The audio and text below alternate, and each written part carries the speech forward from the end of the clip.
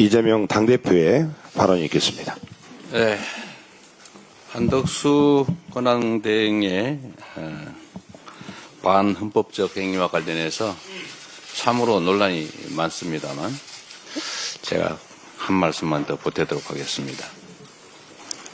이 법학을 공부한 사람들은 대체적으로 알 텐데 그 행정법 교과서에 행정행위의 취소, 무효라고 하는 항목이 되게 중요한 부분을 차지합니다. 그 중에 취소와 무효를 구분을 하면서 무효의 대표적 사례, 1번 사례, 우리 박지혜 전 변호사께서도 웃고 계시죠?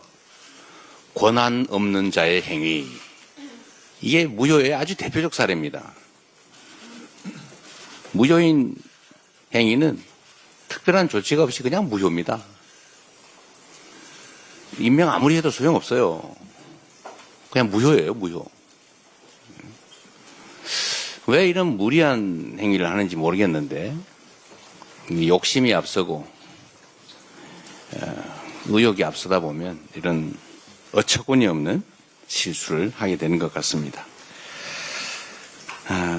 우리 한덕수 권한대행은 그런 사적 이익을 위한 꼼수에 몰두하기보다는 저기 보이는 것처럼 우리 국민들의 삶에 관심을 갖기 바랍니다.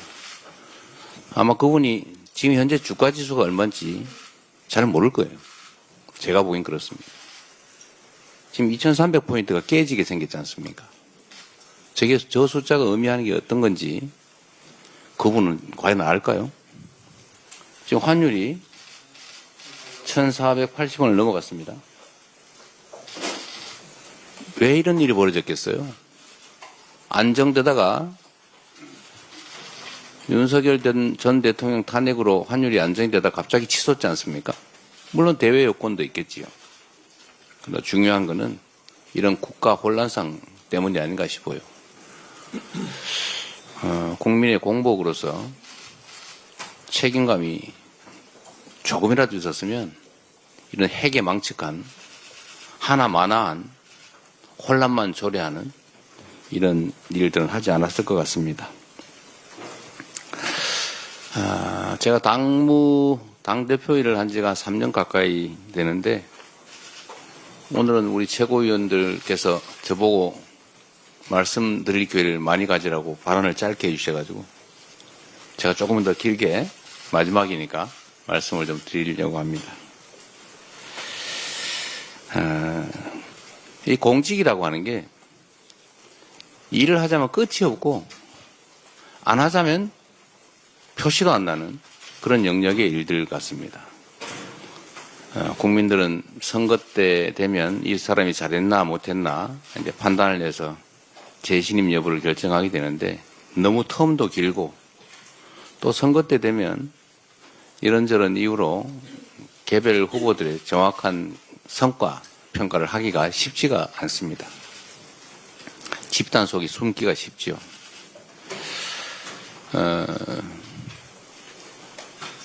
그런데 또 한편으로 보면 이 공직이라고 하는 게 게으르고 무책임하고 사욕이 많은 그런 사람이 놀기도 좋지만 다른 한편에서는 의욕을 가지고 열정을 가지고 실력을 발휘하면 정말로 큰 일을 할 수가 있습니다. 큰 성과를 만들 수가 있죠. 엄청난 차이가 날 수 있습니다.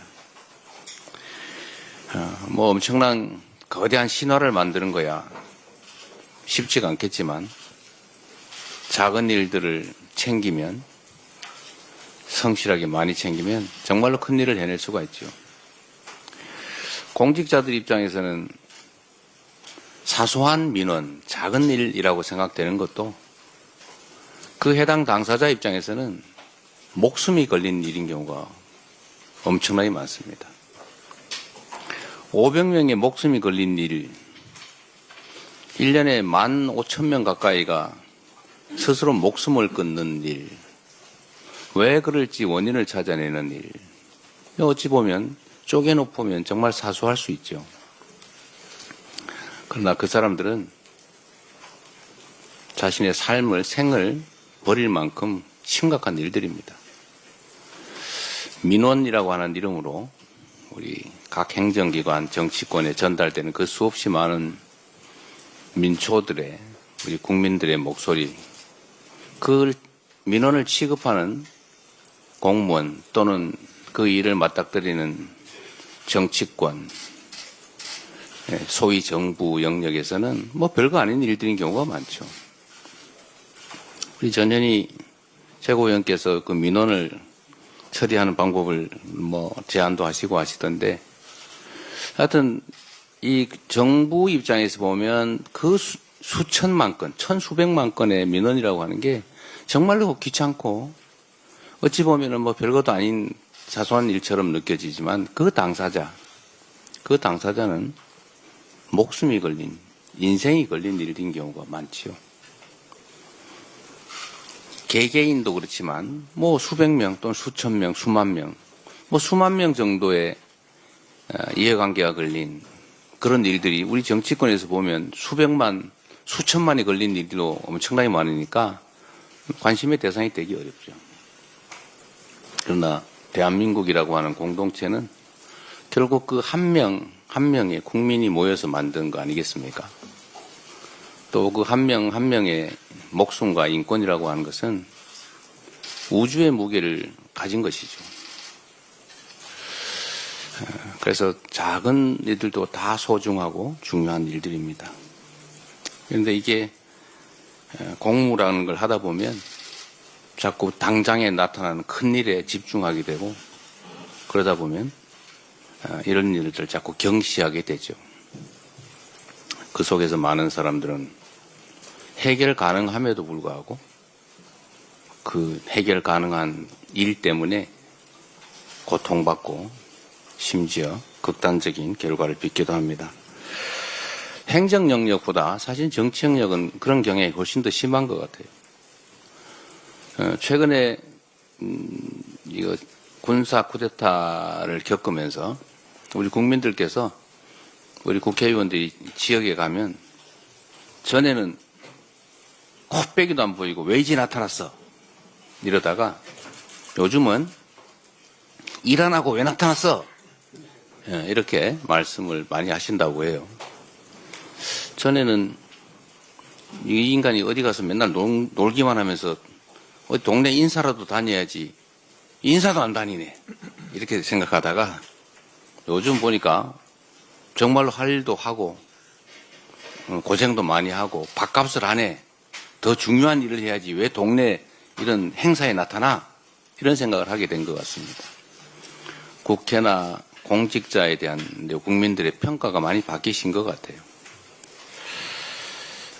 실제로 제가 보기에는 몇 년 사이에 많이 바뀐 것 같습니다.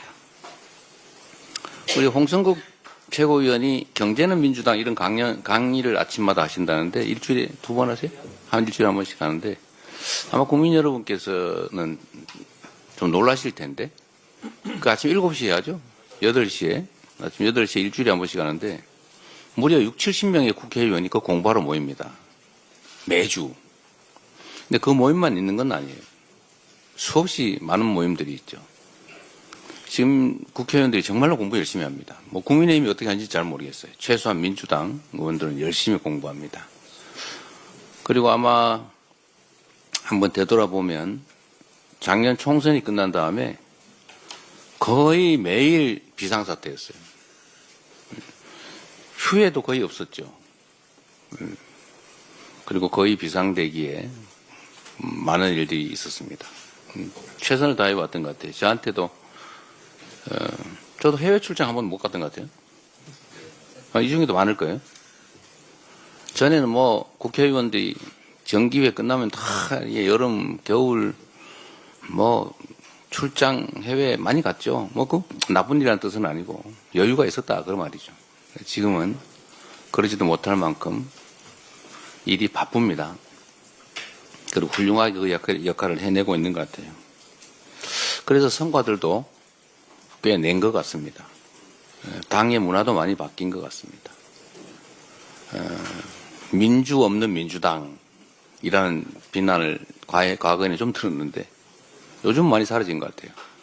당원들이 당의 중심이 된 진정한 민주적 정당, 민주당이 돼 가는 것 같습니다. 또 한편으로 국민이 주인인 나라, 이게 작년 비상계엄 사태로 위기를 겪긴 했는데 역시 위대한 국민들의 힘으로 다시 국민이 주인인 진정한 민주공화국으로 되돌아가고 있는 것 같습니다. 우리 다 국민들의 헌신과 또 희생 덕분이죠. 3년간 당대표로서 나름 성과 있게 재임할 수 있었던 것에 대해서 감사드립니다. 이거는 결국 우리 당직자 또 당원, 우리 최고위원님들 포함한 의원님들, 지역위원장 여러분 모두 고생해 준 덕분입니다. 출발할 때는 험했는데 그래도 퇴임하는 상황에서는 출발할 때보다는 상황이 좋은 것 같아요. 모두 여러분들의 덕분입니다. 이제 또 새로운 일을 시작하게 되겠죠. 아쉽거나 뭐 홀가분하거나 뭐 그런 느낌은 사실은 없어요. 우리 더불어민주당은 지금 저의 거의 대부분이라고 할 수 있죠. 사생활을 제외한 나머지 삶의 거의 대부분이 더불어민주당입니다. 민주당의 당원들께서 당을 지켜주셨고 또 저를 지켜주셨지요. 3년 생각해 보면 사실 무슨 소설 같아요. 그리고 엄청나게 긴 시간 같기도 하고 또 한편으로 생각하면 거의 순간처럼 느껴지기도 합니다. 그런데 당대표를 어쨌든 퇴임하는 이 장면이 저 주가 지수를 보니까 정말 가슴 아파요.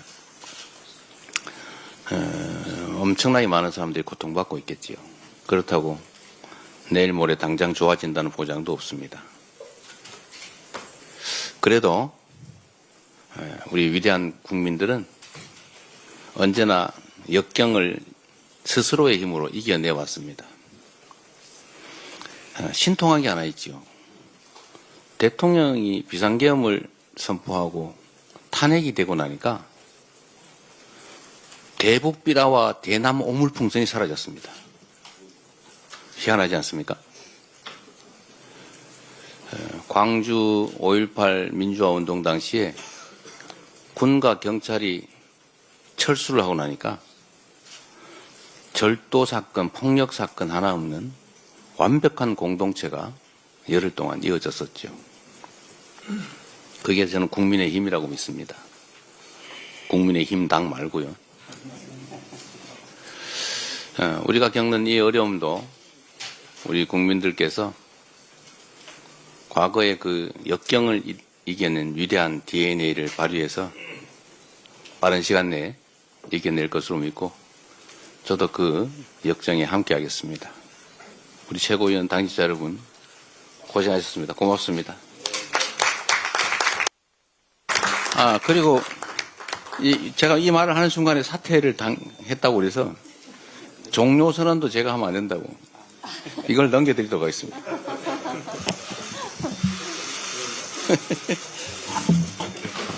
이렇게 넘겨드리겠습니다. 자리도 바꿔드릴까요?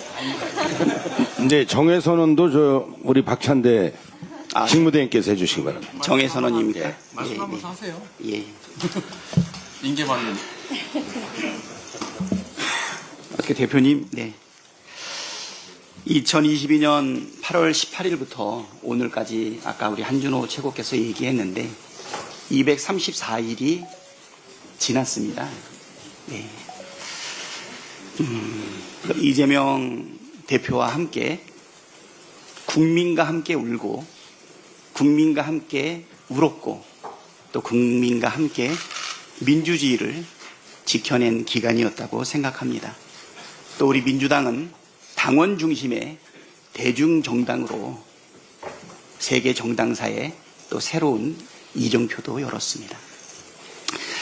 대표님께서 다시 대표직을 내려놓고 또 새로운 길을 가는데 그 장도에 국민과 함께 저희가 같이 가겠다 이런 말씀 드리고요. 그동안 정말 대표로서 수고 많이 하셨다 이런 말씀 드리겠습니다. 대표님 오늘이 최고위원 몇 차인 줄 아십니까? 100차라면서요? 예. 100차 이거 이상한데. 요게 100차인데요. 100차인데요.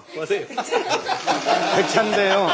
이 이후에는 박찬대 갑니다. 네. 제 100차 최고위원회를 정해하겠습니다. 네. 자, 이재명 우리 대표님 수고하셨습니다. 큰 박수 부탁드립니다. 저 그리고요, 우리 밖에 그 현관에 나가서 같이 우리 지도부, 우리 주요 당직자분들 사진은 또 하나 찍겠습니다. 네.